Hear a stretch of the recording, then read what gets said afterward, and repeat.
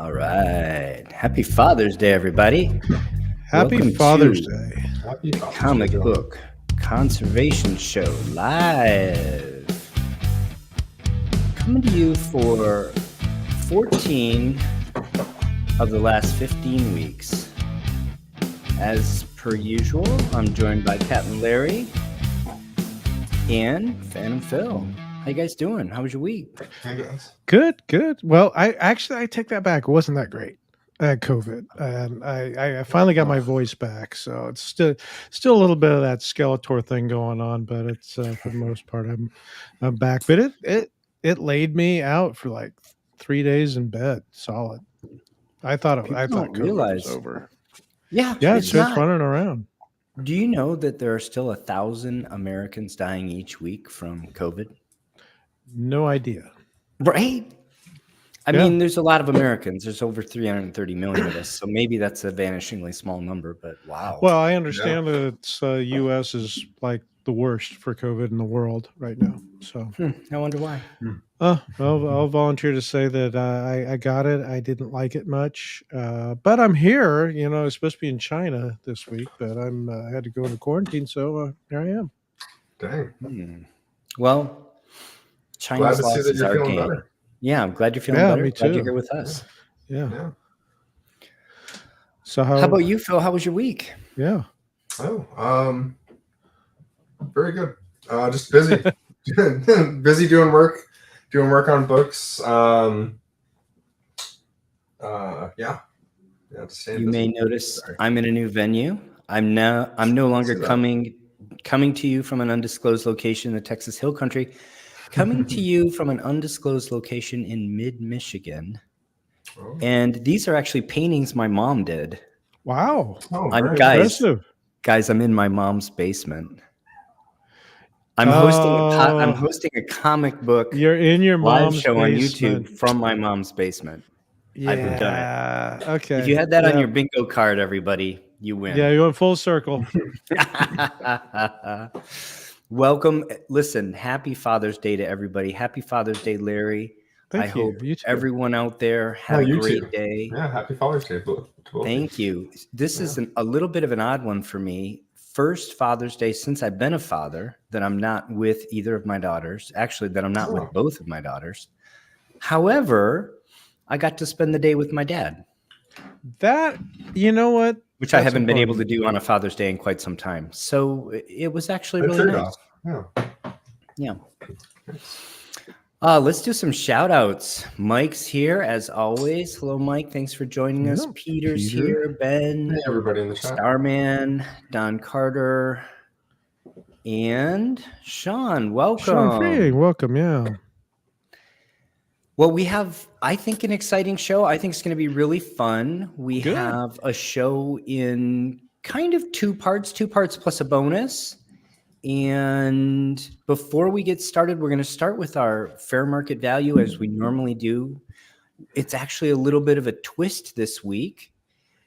Last week, we talked about what is conservation. And one of the things we talked about is that there are paths, just like there are paths, there are restoration removal people, and Phil does a lot of that work professionally.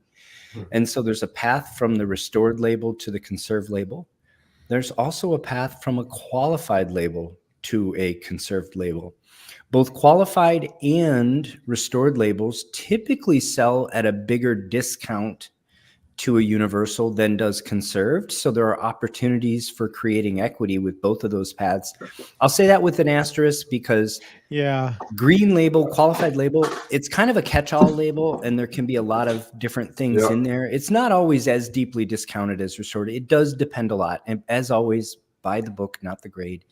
But we're going to talk about some books today for which there were big discounts for the qualified label. And we're going to show you paths to conserve label. And so we have a little bit of a theme show going. We're going to kick it off with the fair market value analysis. And then Phil's got a segment on a book that he walked through that path. We're going to talk about what that path is, technically how it can be done. And I think you're going to like that a lot. And then I'm going to wrap it up with a fair market value sort of summary to Phil's presentation where I'm just going to show how much equity is created in that process. So Nary Nan's here again. Welcome everyone. So before we get started, let's just briefly talk about our Facebook group. Everybody's welcome. If you don't get enough of comic book conservation here in this hour and a half show each week, come join us over on Facebook. It's a fun, open community. I should say it's open. It is private because I want people to be comfortable posting their work there without concern of others criticizing it. It's a very collaborative, fun environment. So come check us out. Definitely a safe place. Yeah, come check us out. I think you'll enjoy it. We got a lot of experts tuned in there, so anybody's going to be online that can answer a lot of your questions. And I see a lot of questions come up there, and with really, really terrific answers. Yeah. All right. Let's see. I have to load. Yeah, I'm happy to admit that I finally joined the other week, and glad that I did. Yeah, I'm still a lurker as it were. Okay, lurkers okay. I will be participating more, so that's as the natural progression goes. Yeah. Mike says I've been using my KFC crispy chicken sunscreen.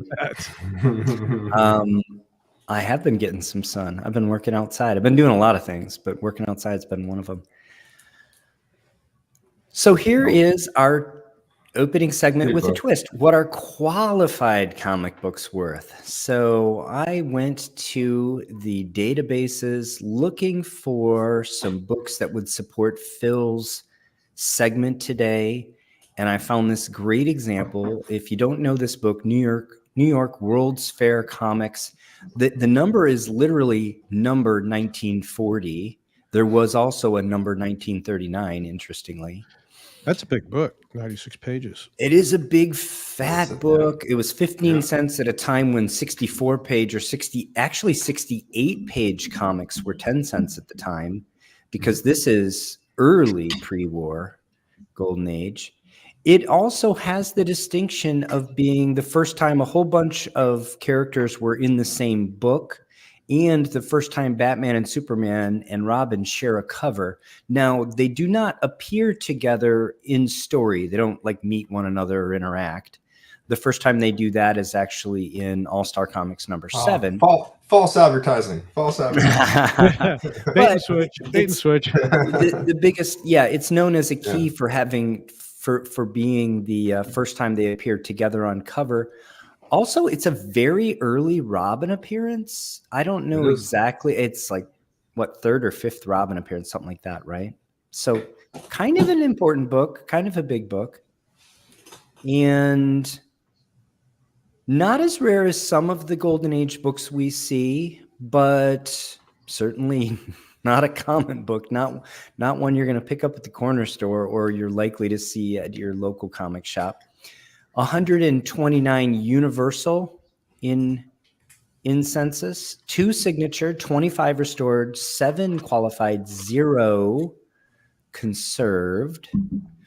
Median grade is a 5.0. Actually, interestingly, it's exactly tied 4.5 and 5.0 to the literal book. But I put 5.0, give it the benefit of the doubt. In terms of fair market value, first we're going to look at this 3.0 universal, and we always compare everything back to universal. So this is kind of the standard grade, if you will. This is a nice looking book that I found that just sold recently. Here's the CGC cert, the grader's notes, cream to off-white pages, cover almost fully detached. Now, this is a square-bound, glued-on cover, so take that for what it's worth. That doesn't mean failing at staples. That means actually failing along an entire glued spine. Erasure mark top left of front cover. Hopefully, that was done by a kid back in the day and not a professional cleaner presser. Or amateur cleaner presser. Or amateur. Heavy creasing to cover. So... despite it being a 3.0, it presents pretty well. It's a nice looking book. Indeed. And this sold May of this year, so just less than a month ago. $3,120 on Heritage. So that's our benchmark. Okay. Here's our comparison book. It's not quite as bright or as clean, and it doesn't present quite as well here. Hi, Maurice. Happy Father's Day to you as well. Here are the grader's notes. Off-white to white, so slightly better page quality than the other book. Page 48, married, small amount of dried glue on spine of cover, cover detached, tape on interior, cover, and interior. Grader's notes include detached cover, glue, dried glue spine, married pages 48, tape interior cover. So this one's got some issues, and it's got this married page. The married page is why it's in the qualified label. Yeah, I say that's the green label right there. Mm-hmm. Yeah. But it's a baseline 3.0, essentially. It has potential too, I think, to be conserved and put into a conserved label, probably higher than a 3. Mm-hmm. Oh, yeah. 3.5, 4, I think is the upside on this. I don't know what the back. Well, the married page is the killer. So there's the back. Other than the 50 cents that it sold for when it passed through Pop Hollinger's hands, it's in good shape. Conserved. Yeah, I mean, once you I'm attach, I have no idea. I can't see creases or anything like that. Yeah, and there aren't any listed in the grader's notes. Although it looks like a reasonable bump before. Yeah, before to be fair, these flaws actually maybe trump those others, but nonetheless, it definitely could be, in terms of the presentation, it can be improved quite a bit, and there aren't structural flaws here that are going to hold this way back. I think a bump is in order, and you can move it from the qualified to the conserved label. So what do we think would be a good price to pay for this so that we could create that equity? Somebody just took this off eBay in the last week for $1,136.11 from Blizzard Comics. Blizzard. Mm-hmm. I've ordered a few books from them. They start a lot of auctions every week with very low starting prices. Yeah, I've purchased from them as well. And some of them are big books. They are hanging it out there. Indeed. Blizzard. And I've got a couple books from them. Professionals, nice, always as expected, and well packaged and quick and all that stuff. So I don't know them personally. That's not an endorsement, other than to say I've been pleased with the few books that I've been able to nab. I gave them money. How's that? Yeah, I guess that's a sort of an endorsement, right? So I think somebody got a heck of a deal here, because look, they paid 36% of Universal fair market value. And we think that this is conserved at quite a bit higher than this. I think there's $2,000 worth of equity here, maybe more.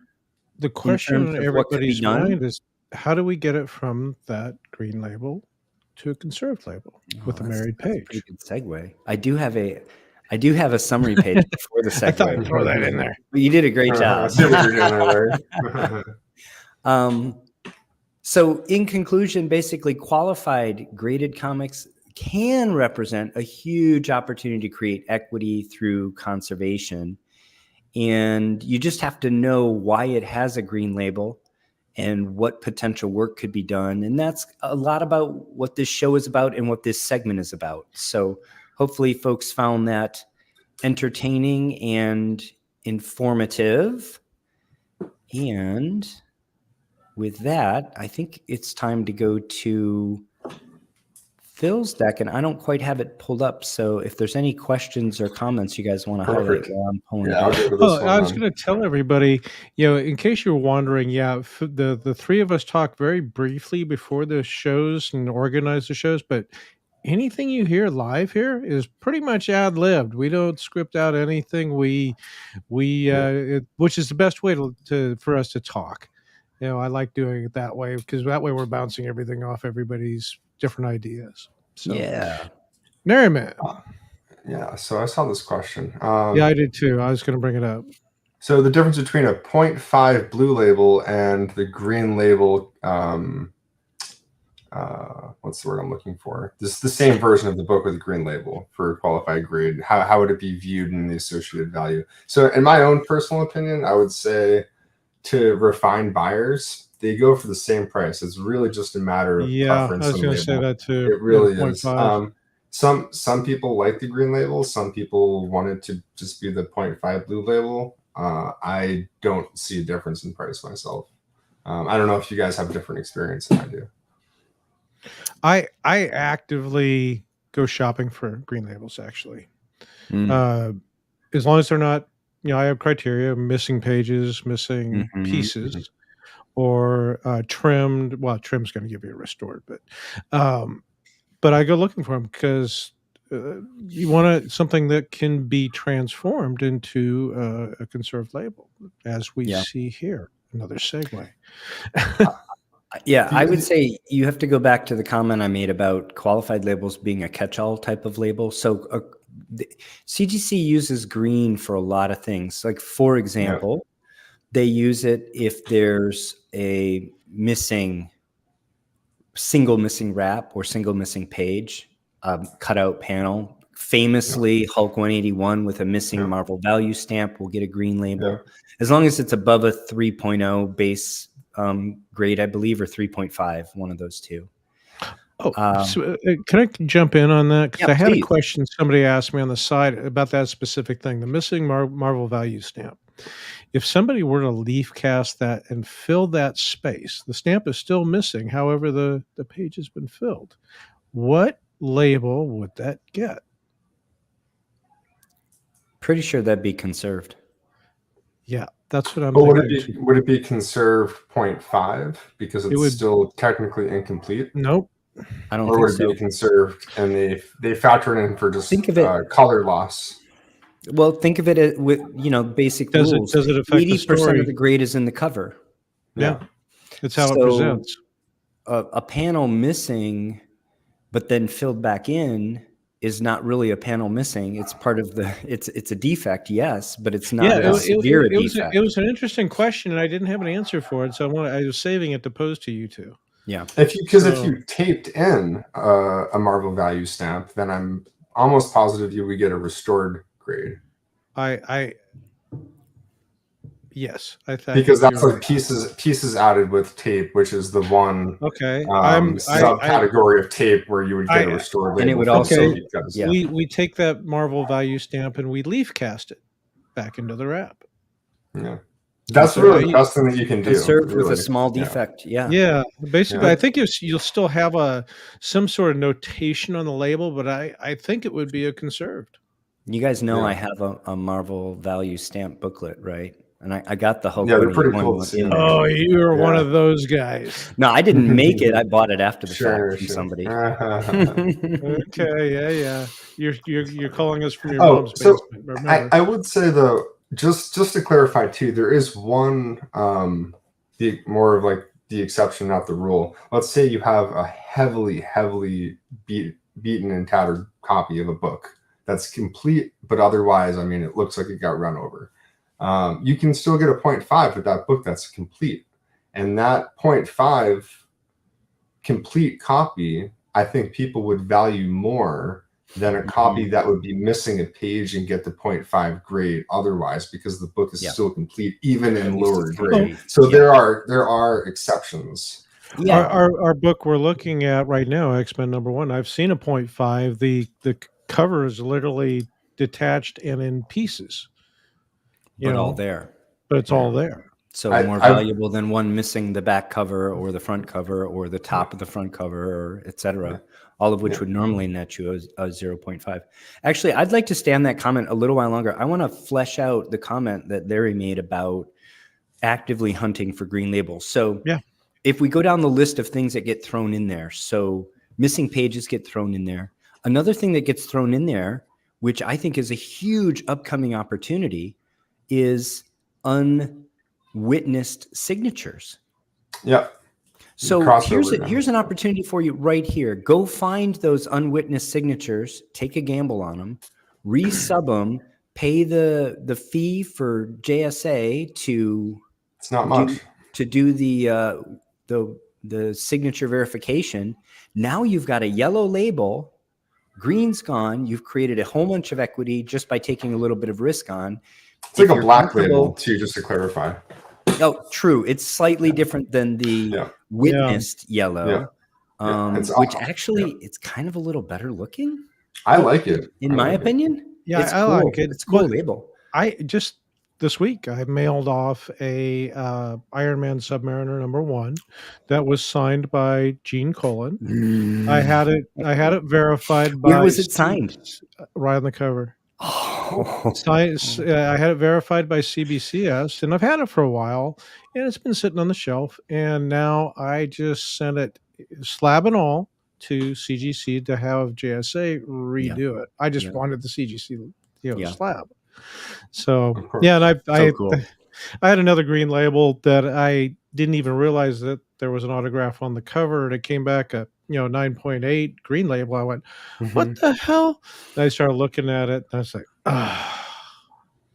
So I have a couple of modern keys. I have a First Warrior Nun, Ariella, and a few others that are 9.8 green labels that I will probably send in for the signature verification. I don't know what the turnaround time is because I imagine they're probably swamped. I've had a couple of books already come back. Oh, did you? Oh, wow. Yeah. That's tremendous. There are a couple client-owned Silver Age keys that were signed by, take a guess. Stanley. Yep, Stanley. Nice. And they all got the nice new. I'm actually excited to do like a couple of the before and after, like this one that I have with the arrow, but with the new signature as a service, because I know a lot of people that have books with signatures that they couldn't really do anything with them before. Now there's more opportunity. Yeah. So a few other things that are prime things that'll get you in a green label where there's a lot of equity to potentially have. Oddly replaced staples can dump you in this grade, right? Yeah. Married pages. Those ones are obvious ones for conservators because there's a whole bunch of equity we can pick up. Again, missing cutout stuff, probably not a lot of equity to pick up there. But the other one that's just an oddball that also probably no real equity to pick up, they also put misprint comics in green labels. So sometimes you'll see a double cover in a green label. Sometimes you'll see one with a color misprint in a green label. I think they've changed the policy over time. Yep. But some of these older slabs you'll see, they're not even that old, just even from a few years ago. Green labels is such a catch-all that they also had error comics. So that error comic probably theoretically has more value than a blue label because there are collectors who specifically look for double covers, printing, like the Fantastic Four number 110 or the Avengers number 10. There's a couple of other great ones out there. Mm-hmm. So again, know what you're looking at, know why it ended up in a qualified label, and there might be some equity there for you, or it may not. It may be an equity trap. So know what you're doing. I found one that the notation on the green label was one of the interior wraps was reversed. So somebody took it apart, put it back together wrong, and sent it in. But they never took the time to correct it. If you know, like if you have history looking at books too, you'll see trends where you'll know if you see a Amazing Spider-Man 3 in a green label, it's a very good chance that it's because there's a page missing because there's a page that has a pinup in there that was routinely taken out by kids and tacked up on their wall back when these comics were worth roughly cover price. So I think the other classic one for that is Batman 181. Which is first appearance of Poison Ivy, and the centerfold is a Batman and Robin pinup. And it literally says, boys, rip this page out and put it on your wall. Yeah. Hey, Batman 1. Batman 1, the back cover, cut this off.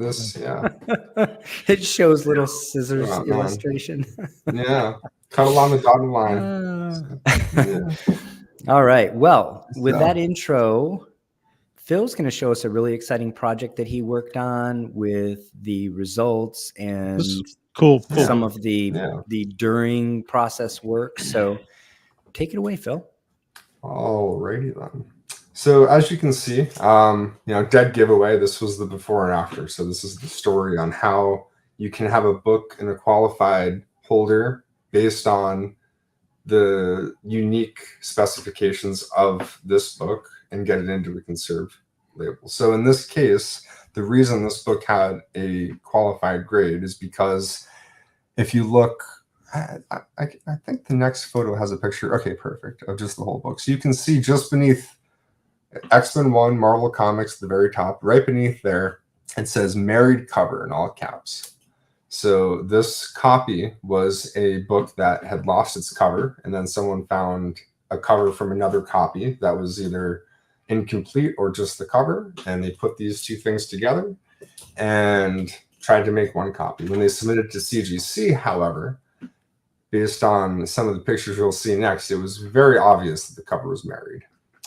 So on the left there, this is a before and after. And I wanted to just illustrate them, putting them side by side just to see, it made it easier. So on the left, you can see where the person, so basically this is what happened. The original staple holes of the coverless copy were negated. So the person that got this cover put the cover on where the original staple holes on this cover were. So they put so what that means is they put new puncture holes through the entire book at both staples. Yeah, so you're just like, oh man, just unnecessarily adding extra small damage to the interior paper. So I had to make a call once. So just to take one back step too. There was a lot of tape on this book, which you can't see here. So this is not your book. This was a client's book. No, correct. Yeah. And you were hired to assess it, advise them, and then come up with the game plan together and then do the work, which included the tape removal. Let's see if we can. So here, I'm just going to jump around and go back to some of them. So, I mean, you can see, I don't have a picture of all of the tape comprehensively, but you can see there at the centerfold, it wasn't just one piece. I mean, it was caked on. They just used the tape to reinforce all the ramps. On both staples. Remember, boys and girls, tape is not a defect. so in those cases too, what you have to do is you're talking to. You have to cut through the tape to get the prongs of the staples out, and then push the staples out to then disassemble the book and then soak the covers to remove the tape. It's a surgery. Yeah. So once I was able to get the tape off of the interior and disassemble the book, on the left picture you can kind of see some of the tape. You can see a piece at the bottom there, see that up there. Another piece up towards the center, and then afterwards it was nice and flush after. But basically what I had to do was decide once I got all the tape removed where I was going to reinsert the staples, and it seemed logically to put them through the original staple holes of the interior. And there was basically already corresponding holes on this cover anyway that matched up fairly close. So it's not like I was causing any unnecessary damage. Because the spine had so much damage, yeah. Exactly. So you can see the orientation too. On the left, it's all wonky and crooked, and on the right, it's moved down and lower and much flush and straight and clean. And then beautiful. The top staple too was much. Sometimes there are things that we want to be perfect. I remember putting that top staple in, and I was like, it's a little crooked, and it's just how, sometimes they weren't always perfectly straight. That's just, once you get it in there, it's in there, so it's fine. And then, of course, you repaired the cover where the extra holes were, and you reinforced where your new holes were. So I don't have pictures of the tear seals and the spine split seals and the reinforcement at the staples. This was done several years ago, so I wasn't. I think I actually might have deleted some of the photos because I just have so many photos on my camera roll of books all the time I'm taking. But I was able to keep these ones at least. But this book underwent tape removal, and then a standard conservation treatment, and then one of the notations was a small piece reattached on the back cover. So I had to remove the tape that reattached the piece, and then mend that piece back on. And then the after result was a 0.5 grade bump to a conserved grade. Yay. With notations of tear seals to cover and interior reinforced, and then a notation of cover married.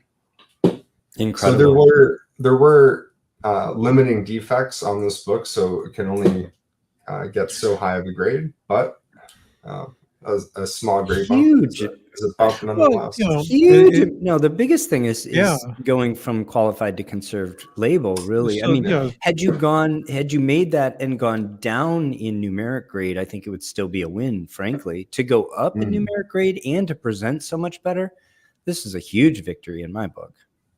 Yeah, just the brightness of the cover. That's one of the byproducts I found of the tape removal is that's the non-restorative bath, and it just, that alone, it just makes it. It just presents makes it look more vibrant. like a much better copy. I think the photos that I was taking years ago too, the before picture, the colors aren't totally accurate. The reds look a little brighter in the afters, but I don't think that the colors should be a little more color correct. So there is that. But putting that aside, sorry, that's just my OCD talking. So okay, so how is this possible? We kind of already went over this a little bit. And then so for married parts, just to be specific, you have several different cases. This can include the front or back cover singularly, so it's split down the spine and it's a front cover or a back cover from another copy. So you'll see that routinely on books that have pinups on the back cover that were missing, and then they take the pinup from another copy. You can also have single pages or entire wraps that have a total of 4 interior pages, because each wrap has 2 pages on each side of the wrap.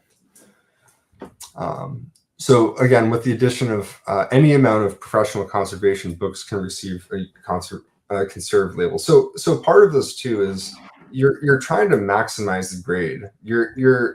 If I were to just reattach the cover, this book probably would have gotten between a 2.5 and a 3.0 conserved. But you have to do that extra conservation work, like mending the tears, mending the spine splits, reinforcing part of the interior, in addition to the most basic amount of work. So it is maximizing the grade. So Larry would know more about this now since he's been leaf casting a little bit. But in certain cases, leaf casting can help get a grade. Let's say on this case, it's possible that I don't remember what the back cover looked like, but it's very possible just by looking at the front cover here that there was some meat left on the bone, as we say, on the back cover that could have been casted, and then this could have been potentially coming back like a 4.0, which is a respectable bump, especially in a book like this. I do like having a new tool in the toolbox. Yeah, so, incredible. Opens a lot of doors. Sure does. Yeah. So I'm a big fan of this. Just the last thing I'll say too. So I'm a big fan of this. I think it's interesting. Some people will value the green label version of this almost more, just because they are more purist and they don't like collecting any books that have any work done. And then other people see these books as like a book like this as being over 60 years old now. And these Marvel books, the paper's thin, it's unforgiving. This is a service to the preservation of the book, in addition to helping our OCD as a collector and seeing this label that has the notation of the professional work too. So in my opinion, it's a win-win. I'm noticing an increasing amount of collectors also agreeing with that opinion. And I understand that there are, purists out there too, though. For me, it fails that test just because it had all the tape all over it. It's already been messed with. It's dying, and it's already a dead book, and it doesn't know it yet, right? Like, when I see the tape, to me, it's like it's got to come off. You got to get rid of that tape. That's just. So I think this is just, there's no rationale for valuing the green in this instance. I hear what you're saying, Phil, but in this instance, I think that this was, as you say, a win-win in terms of creating equity and just improving the permanence of the book and the appearance. It presents a lot better. So I think this is great. We do have a couple shout outs. Dagny joined us and Skulder joined us. Thank you. Welcome. Glad to see you here. Hey, everybody.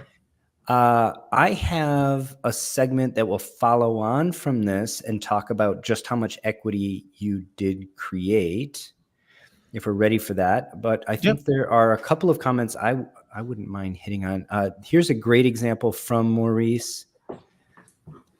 Says he has a high-grade Ms. Marvel 1 with a green label for a missing staple at the bottom from production. So that's an error that, again, there are folks, there's a market for that where that is valued at higher than universal. So throwing it in the catch-all green label. Now, the folks who collect errors know that not all green labels are created equal, and they're looking for those. So it's not a big hit in the marketplace, but it would be nice to have a specific label for errors and misprints. I think that collecting group deserves it, rather than to just be in the catch-all with the same one where a kid cut a coupon out of your book. It just is a little bit unfair. Ben says, how much leaf casting did Captain L do while he was cough sick? That's actually a great question. He was really laid out. While I was sick, like sick. But while I've been home quarantining, I've been working on the Batman 13 that I've had for a while. That's it's a full 16 wrap book. It's from 1942. I'm going through about 2 wraps per day, getting those done. And just about when you think you got it finished, you screw something up, a corner comes off, and you got to go back to the drawing board, get it wet, redo it. I had the first wrap split in half on me. So I had 2 pieces, so I had to put that back together. I actually have it in one of the wraps right here in front of me. It's just like I got it all together. I got the rat shoes out of it and the wormholes, but it's coming along. So I'll continue to play sick for a while and see if I can get it through. So I've got about 7 of the 16 wraps done. So I haven't touched the cover yet. I'm saving that for last. Nice. He was genuinely laid low, though, folks. We didn't hear from him. I was. He said, "Guys, I'll reach out when I'm better." And I was dead. We've talked about this a few times, but Don brought up this classic question: when you send a book to CGC, how detailed are you about the work that has been done? All right, you guys go first, and then I'll lay down my opinion. Well, I send in notes. I will go through, write down, how it was. Was it leaf cast? Was it used with Japanese? I specifically say Japanese paper and wheat paste to do the tear seals. I will say that it's been deacidified because I am chasing that conserved label. I'm not going for a universal label. I'm going for the conserved label. So I'll put a note in red letters saying, please view this from basically a conserved point of view, and then grade it such rather than restoration. I do the same thing, and I'm a scientist, so I even do one sort of detail more than that, and that is I will actually add the reference from the peer-reviewed literature from which I took a technique. So I will say, for example, it's been deacidified by the technique of Hayes et al. 1979, and I'll put the reference. Oh, wow. So anybody who wanted to repeat that, this is how we do things in the science world, right? If you want to repeat that, the full method is right there. All the materials used and everything is right there. Somebody can look it up and say, how was this done? Was it done to a standard we consider professional, et cetera? That's what I do. And when I do a book, I don't do this professionally, but I on occasion do this for friends, especially, or occasionally for trades.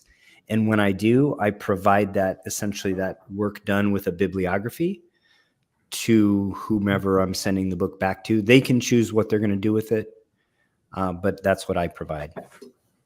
And Phil, who's the only professional who knows better, does something different. I mean, you're in the hot seat now. Yeah. Hey, I mean, I hate to admit it, but most people really only care about what the label says at CGC at the end of the day. Like they don't, you know, I could get into the habit of at least doing what I know I've seen Susan Ciccone used to do, where it would be a full write-up, and it was a check mark box where it was this service was done. If it was done, there was a check next to it. And then it was this book was restored by me, you know, in this date and everything. And she signs it. Yeah. It's a little cert of the work. Yeah. Yeah. I found. By the way, I do that. I didn't mention that, but that's the bottom of my thing. But you know what I do? I put it a little bit separated at the bottom, so that if CGC wanted to cut that for anonymity and just give the top section to the grader, they could. But to your point, they probably throw the whole thing away. Yeah, in most instances, although we know for a fact they don't always. Yeah. So just to like get my answer out of the way, I, as someone that's been submitting books that I've been doing work on for a while, I don't have. So I would recommend doing it. I don't do it. In my experience, I've found that I don't believe that it makes a difference. And I found that when I do run into an issue of a book that's been graded incorrectly, CGC will always fix it. So it's more like it's for me personally, I found it's just easier to deal with the problem if something comes up. Otherwise, I just send it in and I'm confident in what they're looking at. And Matt's even kind of signaled that they don't pay attention to it. Right. Yeah. I mean, he has said, and there was that great interview he did over on Schwagelhaus. Thank you. Schwagelhaus's channel recently, where he said, we grade the book as it sits, as it is. Exactly. Yeah, as it's in front of us. That's how. And that's how they have to do it. So my mindset too, like I've thought about doing the sheet, you know, like that Susan would do, or I guess Paul, like you say, you do too. And I think my mind is more, you know, in the digital age. I am, if need be, I'm documenting most of the books I'm doing work on anyway by taking photos just for, you know, insurance and just for my own sake of doing it. Yeah. So it's while that's not always shown too, it is documented. I'm 100% with you. I think the approach you take is the smart one. I just have a habit of doing this because it's like the way I approach things as a scientist. So it's how I do them. But the argument you've made, I'm definitely not trying to convince you I'm right and you're wrong. I think you obviously have a vast experience more than Larry and I do. And I think it makes a lot of sense. And again, Matt's more or less said, that's all they're going to go off of anyway. Although Larry has that great, we've talked about it in a previous show, and I think it's worth bringing back up. Yeah, Larry has a great example of proof that at least on occasion they do read those conservation notes. Why don't you remind everybody? Yeah, what it was is I can't remember which book it was exactly, but I put in the notes, and whether it was by accident or on purpose, they sent the note back to me with the book with their own notations on top of my notes. Yeah. And it looked like two separate graders. It looked like two separate graders. Like two sets of handwriting. Yeah, because I saw like A with a question mark next to it, and then one said B1, and you know, there's a few things, but so that tells me that they actually do look at the notes. At least in some instances, yeah. At least in some instances. So just to clarify this point too, so I would generally agree with this. I'm sympathetic to it. But there is a reality that CGC operates on a time frame too. So sometimes the only way that they would accurately be able to do it would be like, okay, we'll look at it and then we'll put it down, and then we'll come back to it and we'll look at it over the course of a little time with a series of different people looking at it, and not just like a couple of days, you know, like for something extensive, sometimes things need a while. I've had books I have removed color touch from that like 3 weeks after it's sitting on my desk, I'll look and be like, I did not see that right there. And that's one of those things where it is an art form. Like there is like a human element of like variability, and there's so much going on. And they also have a whole series of graders there, they don't. The same person is not grading modern age books that's doing golden age books. They have guys that are dedicated. That's all they do is golden age, silver age, modern. Oh, we saw the CGC, YouTube little interview thing where they did with the young lady there who is in charge of grading modern books that, got a lot of pushback on. But the people that are grading the golden age books, you can probably envision them. They got hair like mine and glasses like Paul's, and they've been doing this for a long time. And they're going to be looking at Maybe those they have hair like different mine. type of details. They might even have your hairstyle, but they're going to be looking at different details. That girl grading the modern stuff, she's not looking at your golden age books. So I thought they're pretty consistent overall. It's one of those things. I don't think that I had to come to terms with it where I was like, you're gonna always be running into problems because humans are looking at these books and they're not always going to be able to know the story of exactly what you did, despite the quality being what it is. So and also, there's some things that we do that are undetectable, and CGC's rules say that they're not allowed in a certain label, but they can't detect them. So what are they going to do about it? Right? Or they there's I just sent one in this week that it had color touch on it. This is now going back to CGC for the third time. I cannot for the life of me, and I'm pretty good at finding color touch. Yeah. I could not find it. So I think that what they're looking at is actually a ink printing flaw. They're calling it color touch. So I say, you know what, you guys? Okay, remove my color touch. Yeah, whoever the grader is, show it to the guy over at CCS. Have them scrape it off. Just have them take it out. I just want the blue label back. I just, I was just very fed up that it was like the third time. The book's getting very expensive now. Welcome, Spidey Sense. Glad to have you here. Work. Phil has office AF-15 he's working on for me. Very excited for him. Awesome. Love to see Phantom Restoration customers in the chat. Yeah. And Ben had a couple of questions I could jump on. And before that, though, I'll just say, Shelby, it's 8:35 Eastern, like always, man. Those of us in Texas, we're so like central time zone centric that we think the world revolves around. Yeah, I have to just remember 5:30, for me. Ben has two questions here. One says, any chance to take a glimpse of the list of citations? I could put something together. If you watch my back catalog, which is extensive on the channel, the first time I show a technique, I will almost always show the notation and some of my show notes as well. I actually don't get that many people interested in it, and I try to be sensitive to not putting people to sleep, so I don't always list them. But if you watch any of my back catalog and I mention that it's based on something from the literature, then let me know and I'll be happy to send it out. I do not have a master list, though I should have one and I should provide it. So I'm going to put a pin in that, and that'll be a longer term task that I take on. And then also from Ben, sending literature citations carries professional scientific weight. CGC would need to go to great lengths to refute it or just agree and consider it good. I think this is true, and I want to comment a little bit more on it. So because we're scientists, we know that the scientific method is used to discover truth. And when we settle on something and we believe it's probably the truth, we accept it.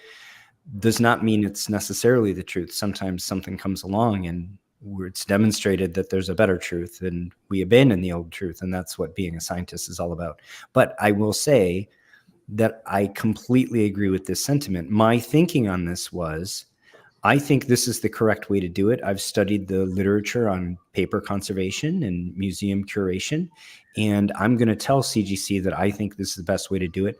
If they disagree with me, they want to put a purple label, they want to do something else, I would love to hear from them. What is the better reference, right? And we can have a real conversation like conservators, rather than just, I say it's purple, you say it's, I wish Matt would sit down with us at a round table and we tell him what we think conservation is. Well, maybe we can make it happen at Collector Summit. Yeah. He does have an open ear for things, but also he is ultimately limited in what he himself can do. So like he would be able to like. Yeah. He is very receptive in my experience talking with him. No, I think he's done a lot for our community. Oh, absolutely. It's easy to poke holes at CGC, but man, try doing the breadth of stuff that they do and creating the breadth of things they create and handling the number of books they handle. And I'd like to see somebody else do it with fewer mistakes. That would be something. All right. So I think we can go to, I have the fair market value for Phil's work. Let's see. It's here. Yeah, that X-Men was worked on years ago now, several years ago. Yeah. I don't remember. So I used today's fair market values because X-Men 1 went through a huge roller coaster. It's one of the biggest roller coasters of the COVID era. And we'll see, but it's been more than cut in half from the peak. And we're talking for higher grades where this book was selling for 60 grand and now it's selling for 25 grand. I mean, there's some serious haircuts taken on this book. Well, there's a lot of them since the pandemic. Yeah, there are a lot of them, and that's where we'll start. Yeah. So as usual, I like to start with the census, and all told, 6,362 in the census, and there's still plenty of raws out there. There's probably in excess of 10,000 copies of this book floating around. Though to be fair, some books are in the census more than once, including Phil, the book you showed us, because the qualified one is not yet out of the census. Yep. Correct. So that one's double counted in here for what it's worth. 4,715 universal. 734 signatures. I think 733 of them are Stan Lee. Restored, 765, 112 qualified, though asterisk, it ought to be 111. Conserved, 36. Hey. Median grade 4.0. For those of you that don't know, 1963, X-Men and Avengers are both launched inside of 1 month of one another, as is one other major Marvel Age Key. All came out in 1 month. Incredible output that was happening at that time. First appearance of all of the original X-Men, Professor X, the Concept, pretty much everything, the X universe. So a lot of fans of this book, and that is why it had such a run-up during the pandemic, because in addition to all the interest, there were a lot of folks thinking that there was going to be a huge MCU entrance of the X-Men, and they were searching for this book and paying up for it. So Qualified 3.0 peaked at about $7,500.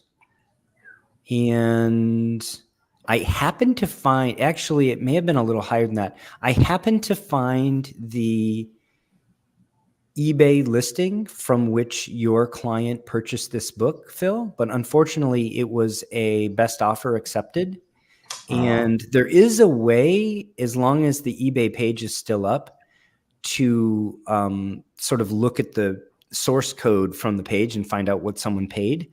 But once eBay takes that page down, that it's been ability is lost. It's been years. That data is lost. So the ask on this book was $7,777.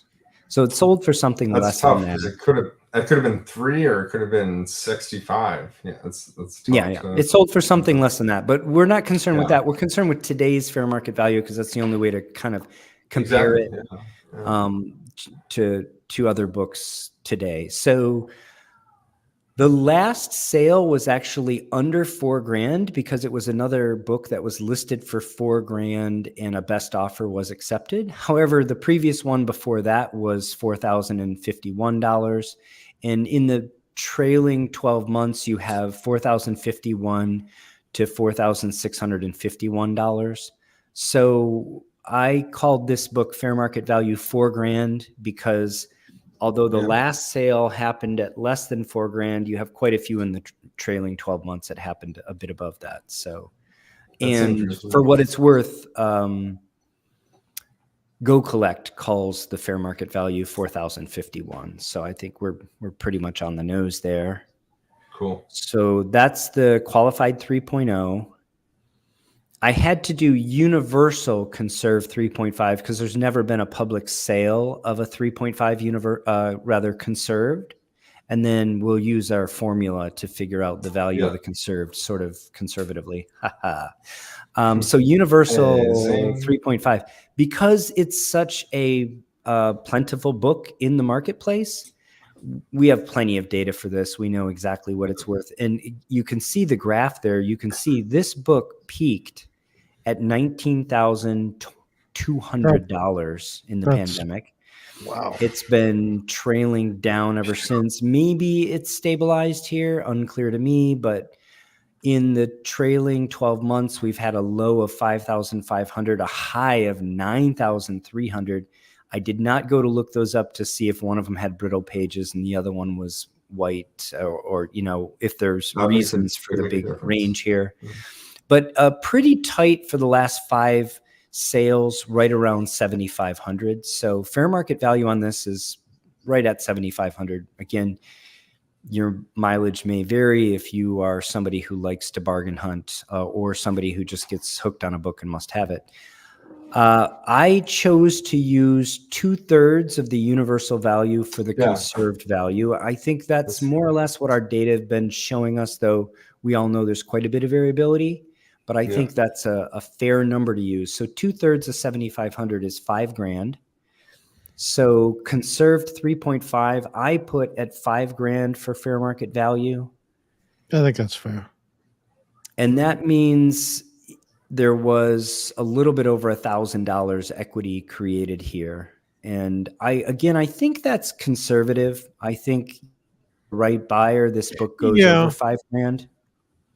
Well, with the amount of work that Phil put into it as well, you know, because you got to charge the customer and everything. The customer still made money. Unless Phil you got to look. You got to look at if this was like my modern day prices too. Work like this to do the tape removal, the clean and press.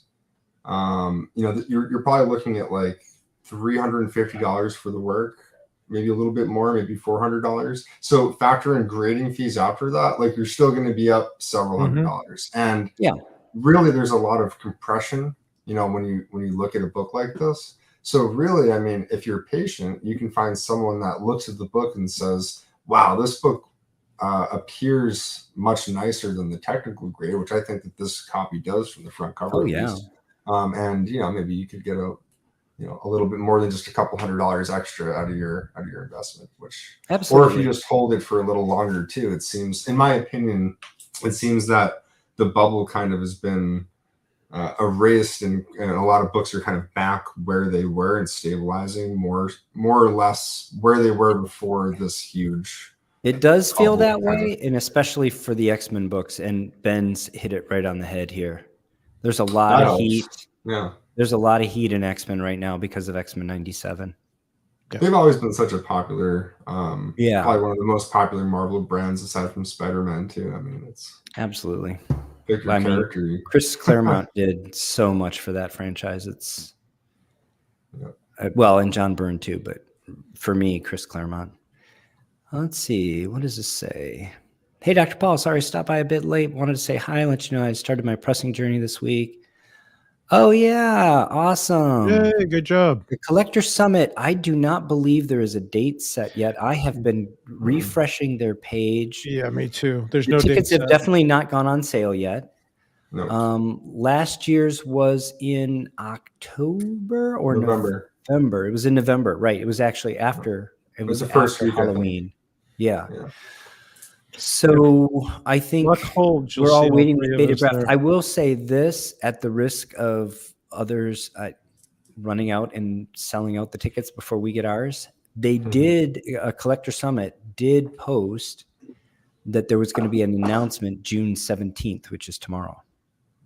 Yeah. So I'm keeping an eye tomorrow because the tickets are limited and they do sell out. And I want to be There's only there. like 250 tickets last year. So it's That really was small. true. Yeah, although I will say It took a minute to sell out. Yeah. They It sold wasn't out. immediate. And then Yeah, I wasn't able to get on it. I want to get on it. Hopefully, like I said, everything holds. You'll see all three of us there. Yeah. They did sell out, but I will say they do want to be inclusive. They want, it's tough. On the one hand, you want an intimate environment where people can focus, and you're bringing people that are very focused in a what we are interested in our sub genre of the hobby. On the other hand, you want to be inclusive. You don't want to leave anybody out. So they did open additional tickets late last year after they had sold out.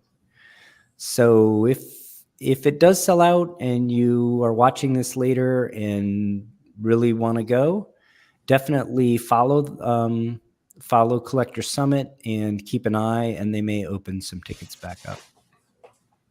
Shelby says all four of us. Well, it's just a short drive for Shelby and myself up to Dallas. So that's our show. What else do you guys want to talk about? What projects are you working on, Dr. Paul? We haven't seen any uploads in a while. Yeah, it's true. I've been clearing out a few books for a few friends, not all of which make great content. They're not full conservations, just cleaning and pressing. And I've actually been doing a lot of family and work stuff. And well, I'm guilty as well. I haven't done any uploads lately. So, well, you've been putting out more content than I have. But I'm here in Michigan. For those of you that haven't been listening, I'm here for 2 weeks. I'm hanging out and helping some family members take care of some things they couldn't take care of on their own. And I'm enjoying that and have been looking forward to it for a little bit. I did actually wipe a lot of projects off my desk before I left Texas. oh, good. So I got some unboxings done. Guys, I touched a few more of those O'Brien books, and I opened my Nickel Comics #1. Ooh. It's so glorious. So I'm looking forward to sharing some recent pickups with everybody. Nice. And including a mystery book that could be something very special. It's dated 1935.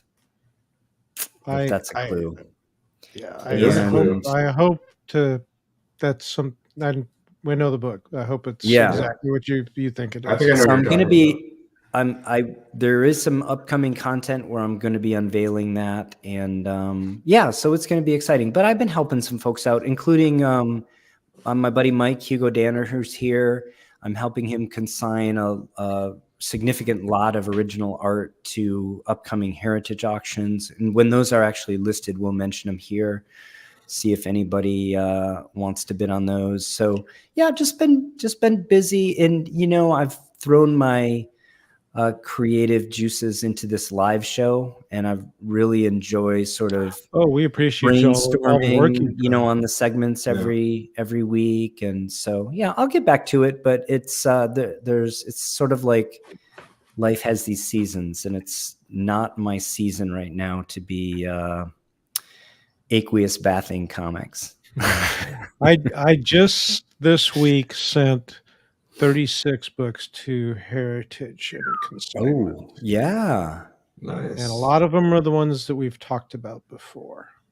So some of the ones of my conserved books that I worked on, including the Men's Adventures 25, they all went to Heritage. So the consignment agreement states the dates of mid-June to the end of the year. So they won't all go up at once, but bits and pieces. That was a lot of stuff to send, man. That was expensive shipment. Yeah. But it's there. And then we talked about Pop Hollinger last week, and I found my Pop Hollinger. Yeah. Oh, you get featured for this for sure, my man. Then there's is all the extra staples and all the that nice brown paper, and this book is look what he did to make that book better. It's been improved. Look how he improved that book. Unfortunately, I don't have the letter from Pop Hollinger. I found this. I just saw it on eBay. I said, "Oh, that would look like a cool project," and I bought it. I had no idea it was a Pop Hollinger book till we talked about it last week. Mm-hmm. Is it 100% is. Look at the way it's done, and look at the staples as well. That's 100% a Pop Hollinger book. Oh yeah, there's no question about it. It's just like, do I touch it? But it's I looked at it. It's got tape here. It's got the cover. There's color breaks all over the cover. The backside. I mean, it needs some attention. I love that back cover too. It's just like the beautiful desk back cover. Yeah. I mean, it's like from a cap one is the same out in the back. I know. I call it the beautiful desk cover, or the beautiful desk back cover. Yeah, so I've been foot itch is my favorite one. Well, I've been torn on whether or not to work on it because it's Pop Hollinger book, but I think I paid $50. What would be fun there? No, actually, I paid $30 for it. So that's awesome. That's awesome. Yeah, what would be fun? Do on your community page for Flying L Comics, do a poll.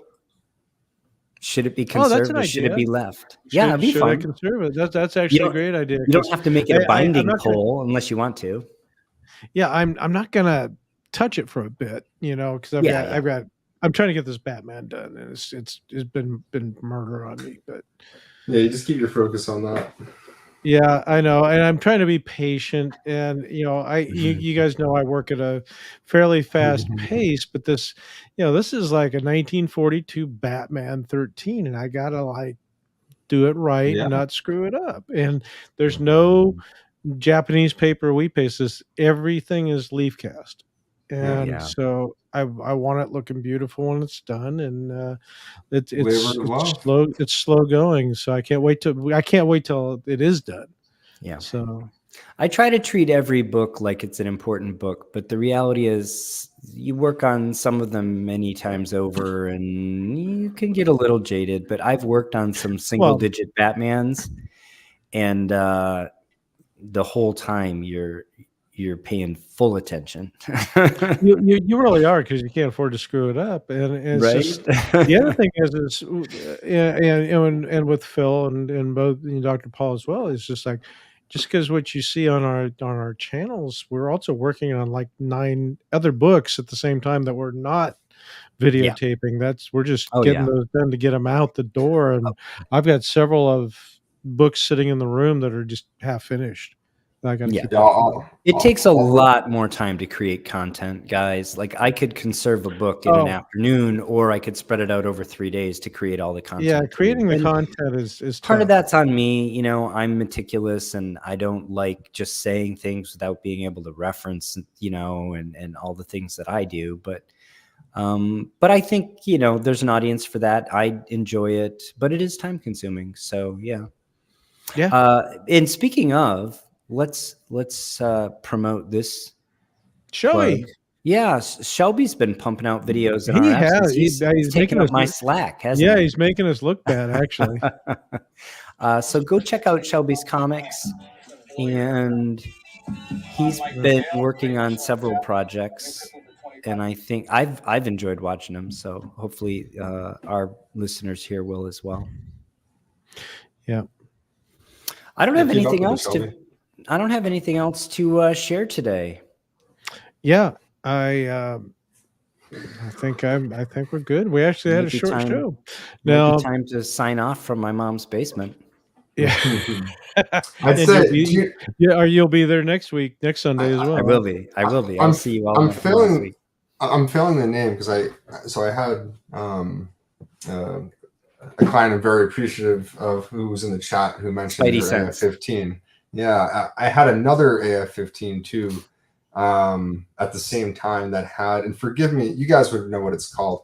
What's the label maker that you could you could write whatever you want on it and Well, make like a labels. Dymo label, or Dymo label, thank you. Yeah. So the other AF-15 had Dymo labels on the bottom. Have you shown pics of this on social media? No. I haven't shown any pics of this one. Oh, okay. So this I've was seen an AF-15 with these labels on it. And on the very bottom, the funniest part about it is it says Uncle Ben's first appearance. but now the crazy thing is cameo by Uncle Ben. I'm pretty sure, unless first or cameo. I don't want to misspeak. I'm pretty sure this is an original owner copy of the client and his brother when they were kids. This was their copy. Wow. So it's amazing that it's rough though. Here's the thing. It's rough, and the label is in the bottom part where the book already had previous water damage. And you guys know Marvel books, so I removed the Dymo label, which is not like removing tape.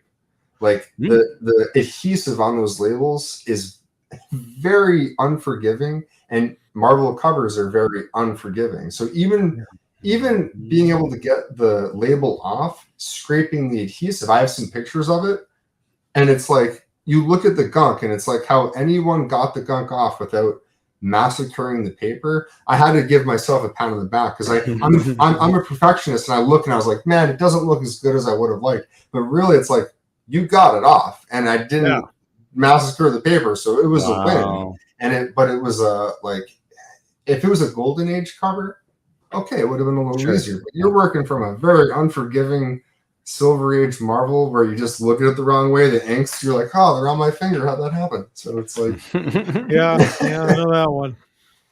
I'll say one more thing before we sign off. Dagny says, Shelby, you mean Jack? Yeah.